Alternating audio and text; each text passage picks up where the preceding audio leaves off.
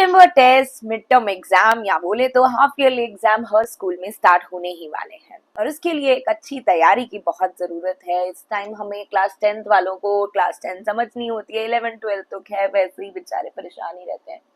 तो हमने पहला चैप्टर लिया है मिड टर्म एग्जाम के लिए, वो है एसिड बेसिस एंड सॉल्ट, और हम कम टाइम में इसको बहुत अच्छे से कवर करने वाले हैं। तो चलिए और टाइम न वेस्ट करते हुए इस चैप्टर को करते हैं स्टार्ट। तो सबसे पहले हम जान लेते हैं कि एसिड्स हैं क्या। What are acids? एसिड्स वो होते हैं जो कि सौर होते हैं टेस्ट में, जैसे कि लेमन। लेमन में एक एसिड है। लेमन, घर में नींबू होता है उसमें एसिड होता है। There are a lot of things जो हम खाते हैं उनमें एसिड होता है। वो वाला एसिड नहीं है जो इन्वर्टर की बैटरी में डलता है, ये दूसरा एसिड है जो कि आपके फूड स्टफ में मिलता है। विनेगर में एसिड है, लेमन में एसिड है। लिटमस को ये रेड कर देते हैं। किसको रेड करते हैं? ब्लू लिटमस को रेड करते हैं। लिटमस क्या है? एक इंडिकेटर है। लिटमस इज एन इंडिकेटर जो कि बताता है कि जो हमें चीज दी गई है वो एसिड है कि बेस है।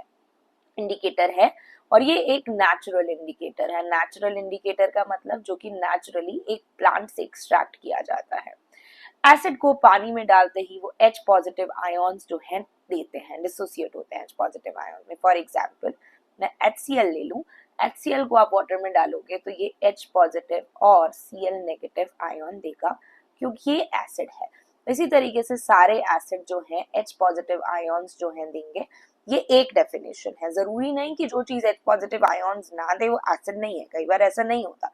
पर क्लास 10 के लिए हम यही डेफिनेशन जो है पढ़ते हैं एसिड्स की, कि acids H positive ions produce करते हैं पानी में और H3O positive ions. H3O positive ions क्या होते हैं बेटा?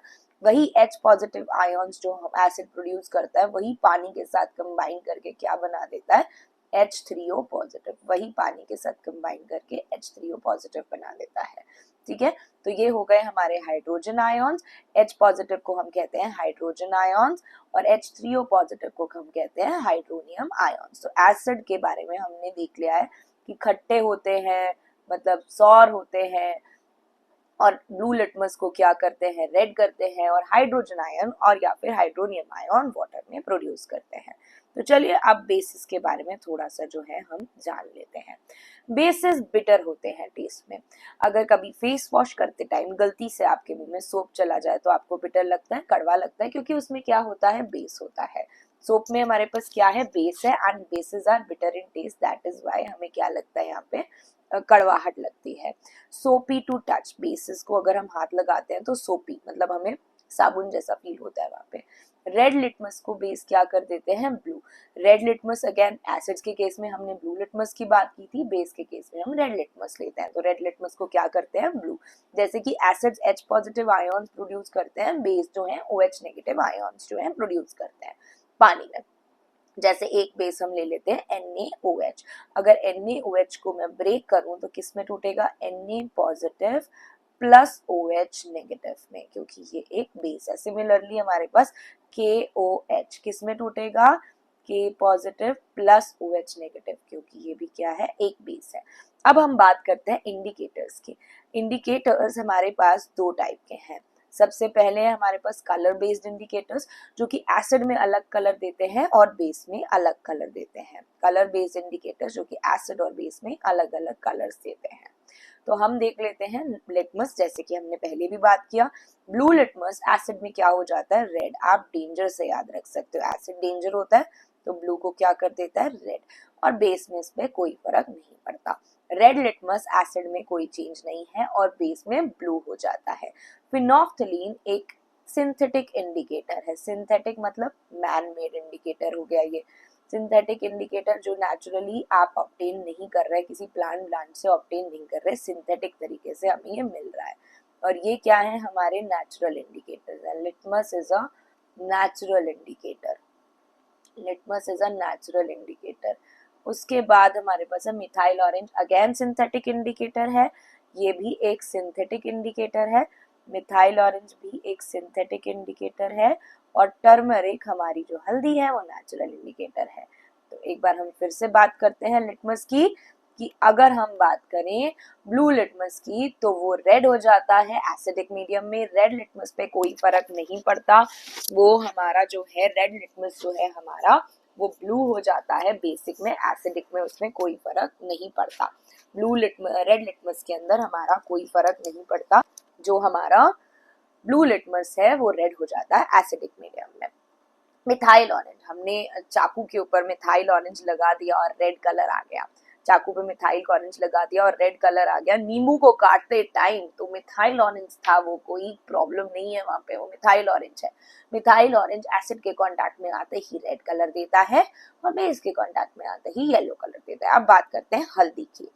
हल्दी का स्टेन अगर शर्ट पे लगा हो तो गलती से भी उसे डिटर्जेंट से मत धोना, क्योंकि डिटर्जेंट के कांटेक्ट में आते ही वो देगा रेडिश ब्राउन कलर और तब आपको कुछ समझ नहीं आएगा इसको हम कैसे वॉश करें। तो आपको दाग मम्मा से नहीं छुपा पाएंगे और तब दाग अच्छे नहीं होंगे क्योंकि आप छुपा नहीं पाएंगे। तो अगर ऐसा कभी हो, बेस के कांटेक्ट में आके टर्मरिक जो है रेडिश ब्राउन कलर देता है, ये याद रखना, चाहे करके देख लेना एक बार घर पे। दाग लगाना हल्दी का अपनी शर्ट पे और उसको डिटर्जेंट से वॉश करना, तो आपको पता लग जाएगा कि रेडिश ब्राउन होता है। ठीक है, चाहे डांट से याद रहे या वैसे याद रहे, पर याद रहेगा। एसिड में टर्मरिक पे कोई फर्क नहीं पड़ता। अब हम बात करते हैं ऑल फैक्ट्री इंडिकेटर्स की। ऑल फैक्ट्री इंडिकेटर्स वो इंडिकेटर्स होते हैं जो स्मेल चेंज करते हैं, एसिडिक मीडियम में जिनकी अलग स्मेल रहती है और बेसिक मीडियम में जिनकी अलग स्मेल रहती है। ऑल फैक्ट्री इंडिकेटर्स में हमारे पास अनियन है, वनीला एसेंस है, क्लोव ऑयल है। सबसे पहले बात करते हैं अनियन की। ओवरनाइट आप कपड़े को अनियन के साथ रख दो, ठीक है, आपके उस क्लोथ स्ट्रिप के अंदर अनियन की स्मेल हो जाएगी। अब क्या करो, उसे एसिड में डाल दो तो आपकी स्मेल वैसी की वैसी रहेगी, बट बेस जो कि साबुन में भी होता है उसमें डालते ही स्मेल चली जाएगी। तो साबुन तो सारी स्मेल हटा ही देता है, तो smell retained in acidic medium, smell disappears in basic medium. Same with vanilla, smell retain in acidic medium, smell disappears in basic medium. Clove में भी smell retain and smell disappears. अब हम बात करते हैं केमिकल प्रॉपर्टीज की। Chemical properties of acids and bases. Acid कैसे metal से रिएक्ट करता है? एसिड मेटल से रिएक्ट करके क्या देता है? Salt and hydrogen gas. ये याद रखना बेटा, ये भूलने वाली चीज नहीं है, बहुत इंपॉर्टेंट क्वेश्चन है। और ये जो हाइड्रोजन गैस यहाँ इवॉल्व हो रही है, इसे हम टेस्ट कैसे करेंगे? आप क्या करिए, एक बर्निंग कैंडल इस हाइड्रोजन गैस के पास लेके चले जाइए, या फिर हाइड्रोजन गैस को सोप सॉल्यूशन से पास करिए। अब वो बबल जो सोप का बना है उसमें हाइड्रोजन गैस है, उसके पास बर्निंग कैंडल ले जाइए और वो जो है बबल वो पॉप साउंड से बर्न होगा। तो आपको पता लग जाएगा यहाँ कौन सी गैस है, हाइड्रोजन गैस है। अब सिर्फ वही एसिड्स रिएक्ट करेंगे मेटल के साथ जो कि वही मेटल रिएक्ट करेंगे एसिड के साथ जो है रिएक्टिविटी सीरीज में हाइड्रोजन से ऊपर की तरफ लाई करते हैं। अब जो हाइड्रोजन से नीचे की तरफ लाई करते हैं रिएक्टिविटी सीरीज में, जिनमें एक है हमारे पास गोल्ड, सिल्वर, वो एसिड के साथ रिएक्ट नहीं करेंगे क्योंकि they are less reactive than hydrogen. तो वो क्या करेंगे, हाइड्रोजन को रिप्लेस नहीं कर सकते, तो वो रिएक्ट नहीं करेंगे। सिर्फ रिएक्टिविटी सीरीज में जो मेटल हाइड्रोजन से ऊपर लाई करते हैं वही जो है रिएक्ट करेंगे। रिएक्टिविटी सीरीज के लिए एक शॉर्ट वीडियो बना दूंगी, इसमें आप रिएक्टिविटी सीरीज और लर्न कर सकते हैं। ऑलरेडी एक वीडियो है भी हमारे चैनल पर, बहुत पुरानी है, एक नई वीडियो पे बना देंगे। तो यहाँ पर zinc plus HCl, ZnCl2 and hydrogen gas. Similarly magnesium, H2SO4, MgSO4 and hydrogen gas. अगर मैं बात करूं कॉपर की, तो कॉपर एसिड से रिएक्ट करके हाइड्रोजन गैस नहीं देता क्योंकि it is less reactive than hydrogen. और मेटल्स, सभी जो मेटल्स हैं HNO3 के साथ रिएक्ट करते हैं जब, तो वो हाइड्रोजन गैस नहीं देते, तब वो देते हैं oxides of nitrogen. Oxides of nitrogen देते हैं वो उस टाइम। और ऑक्साइड्स ऑफ नाइट्रोजन की ये पहचान है कि ये जो है ब्राउन कलर के होते हैं। Oxides of nitrogen are brown in colour, ठीक है। HNO3 के साथ हाइड्रोजन गैस नहीं मिलती है, यहाँ पर ऑक्साइड्स ऑफ नाइट्रोजन मिलते हैं। सिमिलरली बेस भी मेटल के साथ रिएक्ट करके सॉल्ट और हाइड्रोजन गैस ही देता है। बेस भी मेटल के साथ रिएक्ट करके सॉल्ट और हाइड्रोजन गैस ही देता है। जैसे कि ये बेस है, ठीक है, मेटल के साथ रिएक्ट किया, क्या बनाया, सॉल्ट बनाया और हाइड्रोजन गैस बनाया, Na2ZNO2, इसको हम कहते हैं सोडियम जिंकेट। तो ये बहुत इंपॉर्टेंट रिएक्शन है, इसको आप याद रखना। अब हम बात करते हैं reaction of metal carbonates and bicarbonates with acid. Metal carbonate क्या होता है हमारे पास, जैसे हमारे पास हो गया Na2CO3।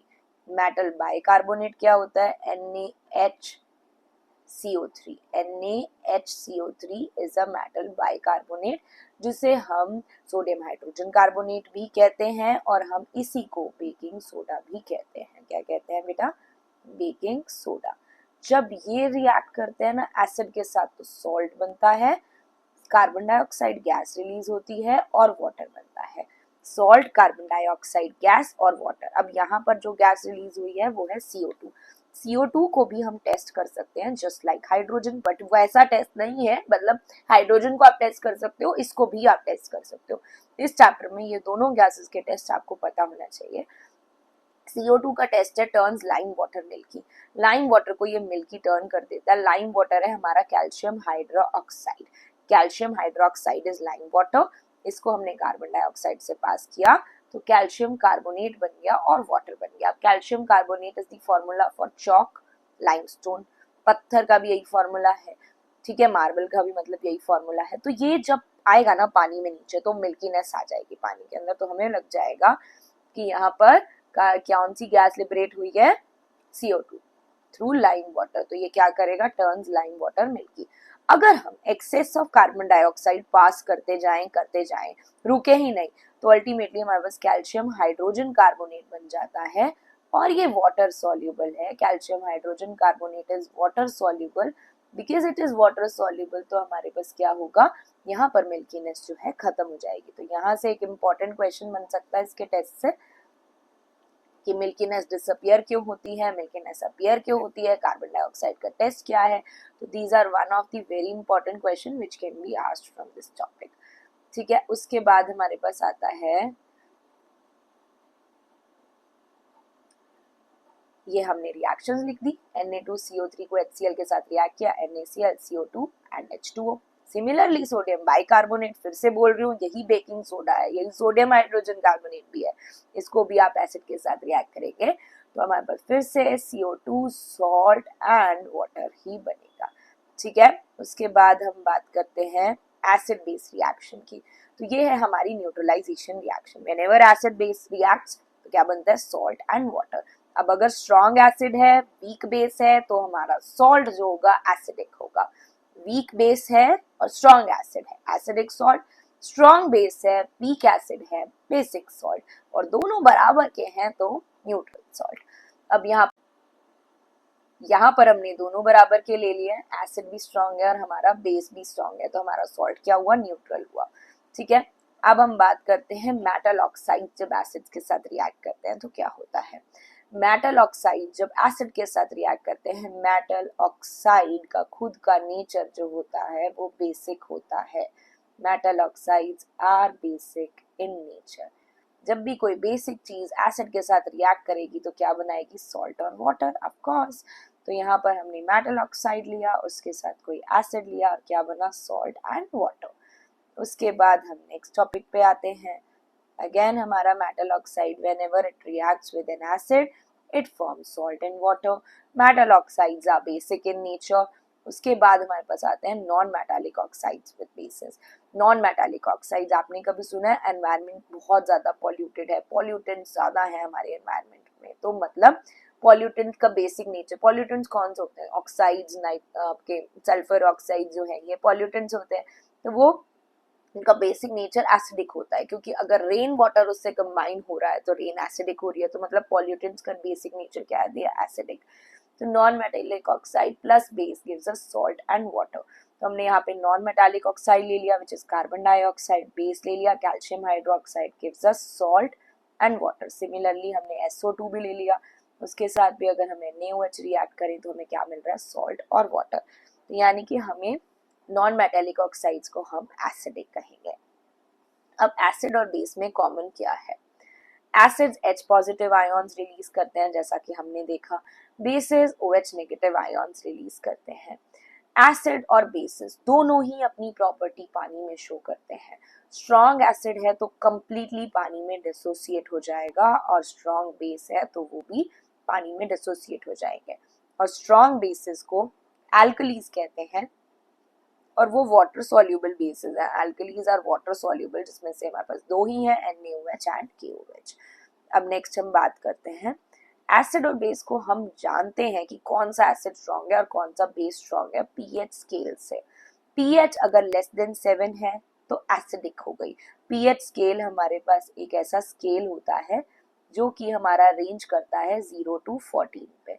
अगर 7 पे कोई चीज लाई करती है तो वो न्यूट्रल है, और 0 से 7 के बीच में लाई करती है तो वो चीज एसिडिक है, और 7 to 14 के बीच में लाई करती है तो वो चीज बेसिक है, और अगर एग्जैक्टली 7 पे लाई करती है तो वो चीज क्या है, हमारी न्यूट्रल है। तो एसिडिक बेसिस, एसिड बेस और न्यूट्रल अगर कोई चीज है हम ऐसे डिटरमाइन करते हैं। pH is less than 7 acidic, pH is equal to 7 neutral, pH greater than 7 basic. अगर कोई चीज एसिडिक है तो उसमें H पॉजिटिव की कॉन्सेंट्रेशन क्या होगी, ज्यादा होगी। pH क्या होगी, उसकी कम होगी 7 से।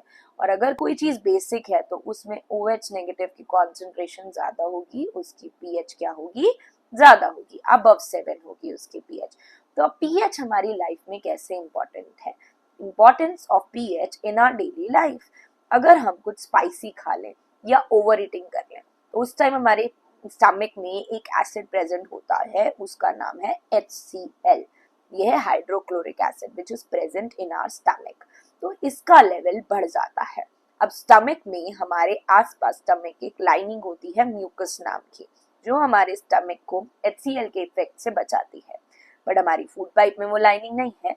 जैसे ही उसका लेवल बढ़ा, अब क्या हुआ, आपको वॉमिटिंग जैसा फील होने लग गया, मतलब आप अनईजी हो गए उस टाइम, क्योंकि HCl बढ़ गया है। उसको कहते हैं सीने में जलन हो गई, कई बार हम ऐसे वर्ड उसके लिए यूज करते हैं। क्यों, क्योंकि आपका लेवल ऑफ HCl बढ़ गया है। बिना खाते, खाने से पहले सोच लेते। तो यहाँ पर क्या है, हमारा हाइड्रोक्लोरिक एसिड की वजह से जो लेवल बढ़ा है उसको हम कैसे ठीक कर सकते हैं, उसको हम ठीक कर सकते हैं बाय यूजिंग सम बेस। ठीक है, by using some bases like magnesium hydroxide, baking soda, इनको हम यूज करके उसका लेवल जो है ठीक कर सकते हैं। मैग्नीशियम हाइड्रोक्साइड को हम मिल्क ऑफ मैग्नीशिया भी कहते हैं, इसे हम मिल्क ऑफ मैग्नीशिया भी कहते हैं। It's a very good base for treating acidity. और हमारे स्टमक में लाइनिंग होती है जो कि प्रिवेंट करती है हमारे स्टमक को। और हमारे ये एसिड का काम क्या क्या है कि यहाँ पर फूड को इजीली ब्रेक किया जा सके, और हमारे जो स्टमक में एंजाइम्स हैं उनको एक्टिवेट किया जा सके, ये इसका काम है। अब टूथ डिके में बात कर लेते हैं। हमारे टीथ खराब हो जाते हैं, ज्यादा आप चॉकलेट खा लेते हो तो आपके टीथ खराब हो जाते हैं। क्यों, क्योंकि अगर हमारे माउथ में pH 5.5 से नीचे चला जाए तो वहां पर एसिड प्रोड्यूसिंग बैक्टीरिया जन्म ले लेगा। अब यहाँ पर क्या होता है कि अगर हम कुछ भी ऐसा खा लें, बार बार हम चॉकलेट खा रहे हैं और हम ठीक से ब्रश भी नहीं कर रहे, तो उसके अंदर क्या है कि एसिड प्रोड्यूसिंग जो बैक्टीरिया होगा, हमारा बैक्टीरिया एसिड प्रोड्यूस करके आपके टूथ एनिमल को खराब कर देगा, जो कि हार्डेस्ट पार्ट होता है हमारी बॉडी का। ठीक है, कैल्शियम फॉस्फेट से बना हुआ ये हार्डेस्ट पार्ट है हमारी बॉडी का, ये इतनी इजीली खराब नहीं होता, बट वो बैक्टीरिया खराब कर देता है। तो इसका हल क्या है, आपको टूथपेस्ट यूज करना चाहिए। टूथपेस्ट क्यों, क्योंकि toothpaste are basic in nature, वो उस एसिड को क्या करेंगे, न्यूट्रलाइज कर लेंगे toothpaste. Rain water, rain water अगर pH जो है रेन वाटर का 5.5 या 5.6 से नीचे चला जाए तो एक्वेटिक लाइफ या फिर बिल्डिंग को खराब कर देगी।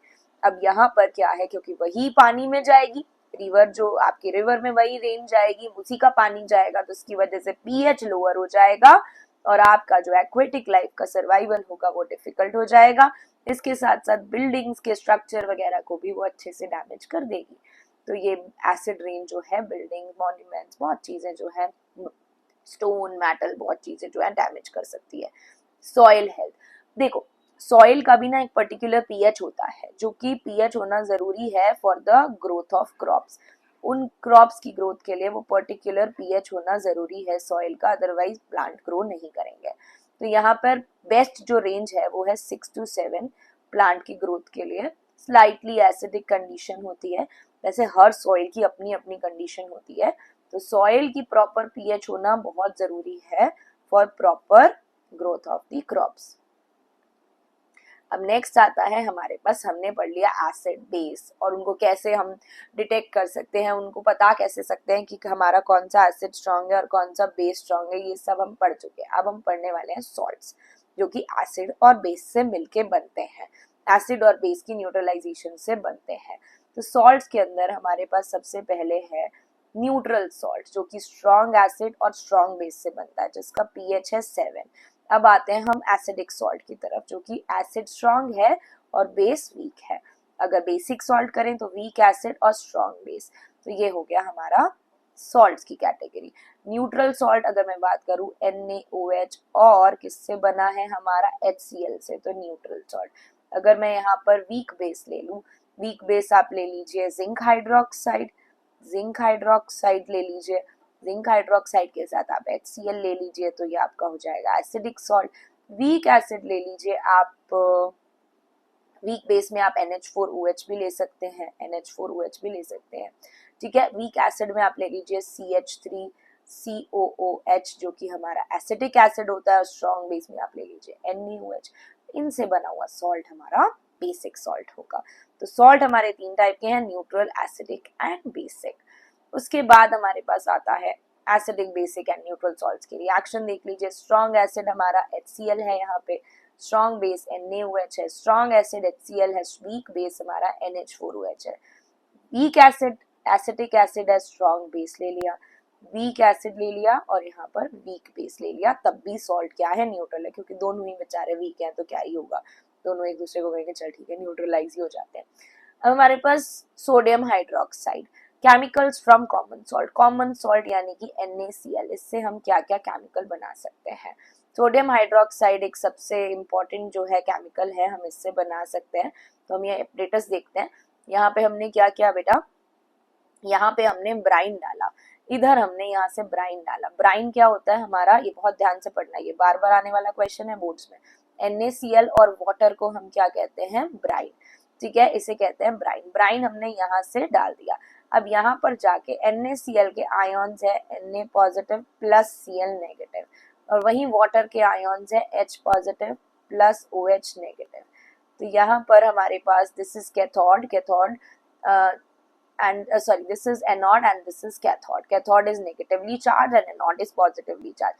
तो Na पॉजिटिव एंड हाइड्रोजन आपका कहाँ जाएंगे, दोनों जाएंगे एनोड की तरफ, क्योंकि वो नेगेटिवली चार्ज है और ये दोनों पॉजिटिवली चार्ज है। वहीं Cl negative and OH negative आपके कैथोड की तरफ जाएंगे, ठीक है, वो वहां मूव कर रहे हैं और वो वहां, मतलब positive ions are moving towards negative electrodes and negative ions are moving towards positive electrodes. तो वहां जाके क्या होगा, दोनों चले गए अपनी अपनी जगह पे। अब Na ने तो बेचारे ने कुछ नहीं किया खास काम ना, H पॉजिटिव हाइड्रोजन रिलीज कर देगा, और वहीं ये दोनों में से कौन काम कर रहा है यहाँ पे, Cl रिलीज कर देगा, Cl negative ion Cl2 gas release कर देगा। तो हमारी कैथोड पे कौन सी गैस रिलीज हो रही है, हाइड्रोजन गैस, और वहीं एनोड पे हमारी Cl2 गैस जो है रिलीज हो रही है, ठीक है। एक तो ये हो गया। बचा जो Na पॉजिटिव और इधर से OH, वो दोनों एक्स्ट्रा ब्राइन के साथ यहाँ से बाहर आ जाएंगे। NaOH भी बन गया, Cl भी बन गया। NaOH एल्कली है और Cl2 क्या है हमारा, क्लोरीन। तो this process is called as chlor alkali process, ठीक है, क्लोर एल्कली प्रोसेस कहेंगे हम इसको, जिसमें हमारा एल्कली और क्लोरीन बनता है। अब यहाँ पर हम क्या कर रहे हैं, इलेक्ट्रोलिसिस ऑफ ब्राइन। इलेक्ट्रोलिसिस मतलब हम ब्राइन को ब्रेक कर रहे हैं, Na पॉजिटिव Cl नेगेटिव में पानी को ब्रेक कर रहे हैं, उसे इलेक्ट्रोलिसिस कहते हैं, इलेक्ट्रिसिटी की मदद से ब्रेकेज करवाना। यहाँ मेनली हमारे पास जो प्रोडक्ट्स हैं, क्लोरीन गैस जो कि एनोड पे प्रोड्यूस हुई है, हाइड्रोजन गैस जो कि हमारी कैथोड पे प्रोड्यूस हुई है, सोडियम हाइड्रोक्साइड जो कि हमारा नियर दी कैथोड प्रोड्यूस हुआ है। उसके बाद यूजेस हम पढ़ लेते हैं इनके। सोडियम हाइड्रोक्साइड तो डिटर्जेंट में यूज किया जाता है, पेपर प्रोडक्शन, क्लींजिंग एजेंट में यूज किया जाता है। क्लोरीन गैस वाटर प्योरिफिकेशन के लिए यूज किया जाता है। The production of plastic such as PVC disinfectant के लिए यूज किया जाता है। हाइड्रोजन गैस अमोनिया जैसे फर्टिलाइजर्स को प्रोड्यूस करती है, हाइड्रोजनेशन में भी यूज होती है। अब आते हैं हम ब्लीचिंग पाउडर में। Chemical formula for bleaching powder है CaOCl2। अब हम इसको, क्लोरीन को जब स्लेक्ड लाइम पे डालते हैं तो क्या बनता है, bleaching powder. Slaked lime chlorine बना ब्लीचिंग पाउडर और water. Disinfectant, paper, textile industry में हम इसे यूज करते हैं and it is a very powerful oxidising agent. Bleaching powder is a very powerful oxidising agent. Oxidising agent का मतलब जिसका खुद का रिडक्शन होता है और दूसरे का क्या करता है, ऑक्सीडेशन। ठीक है, अब आते हैं हम baking soda. Baking soda is sodium hydrogen carbonate. Sodium hydrogen carbonate is baking soda.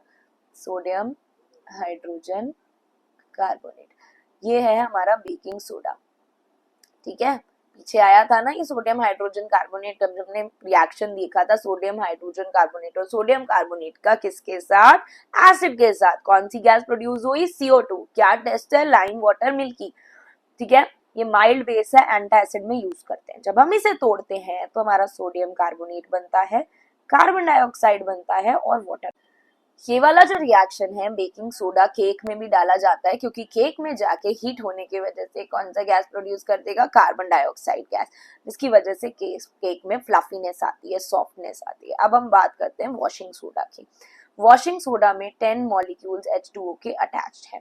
अब इन 10 वाटर मॉलिक्यूल का ये काम नहीं है कि इसकी वजह से क्रिस्टल मॉइस्ट हो जाएगा, नो, ये उसके स्ट्रक्चर में है, इन्हें वाटर ऑफ क्रिस्टलाइजेशन कहते हैं। ठीक है, तो अब इसको कैसे बनाते हैं, हम रिक्रिस्टलाइज करते हैं इसी बेकिंग सोडा को, हम फिर से पानी में डालेंगे। ठीक है, और क्या करेंगे, उसके क्रिस्टल्स बना लेंगे, वहां से हमें क्या मिलता है, वॉशिंग सोडा। ठीक है, उसके बाद वाटर जो हमारा होता है वो हार्ड वाटर होता है, उनमें कपड़े धोना इतना आसान नहीं होता। डिटर्जेंट का काम है हार्ड वाटर को सॉफ्ट कर देना, क्लीनिंग प्रोसेस इजी कर देना। वाटर ऑफ क्रिस्टलाइजेशन क्या होता है, fix number of water molecule जो कि एक सॉल्ट में अटैच है, उनका काम बिल्कुल भी क्रिस्टल को वेट करना नहीं होता। जैसे copper sulphate pentahydrate blue colour का होता है, इसमें 5 वाटर मॉलिक्यूल हैं जो उसकी वजह से ब्लू कलर आ रहा है, और अगर हम इसे सिर्फ ब्लू कलर का कॉपर सल्फेट को हीट कर दें तो वो व्हाइट हो जाएगा हीटिंग में, क्योंकि वो 5 H2O रिमूव हो जाएंगे वहां से। अब हम बात करते हैं प्लास्टर ऑफ पेरिस। गलती से भी कभी किसी को फ्रैक्चर तो ना हो, बट अगर फ्रैक्चर होता है तो प्लास्टर ऑफ पेरिस से ही उसको हम क्या करते हैं, उसको प्लास्टर करते हैं, और वॉल्स को डेकोरेशन के लिए भी काम आता है। तो ये किस लिए कैसे बनाया जाता है, हम जिप्सम को हीट करते हैं 373 केल्विन पे, तो हमें मिलता है plaster of Paris. This is gypsum, gypsum मिल गया ये हमें। ठीक है, इसे हीट कर दो तो हमें पानी चला गया, उससे 3/2 H2O निकल गया और हाफ H2O बचा, तो क्या बन गया, प्लास्टर ऑफ पेरिस।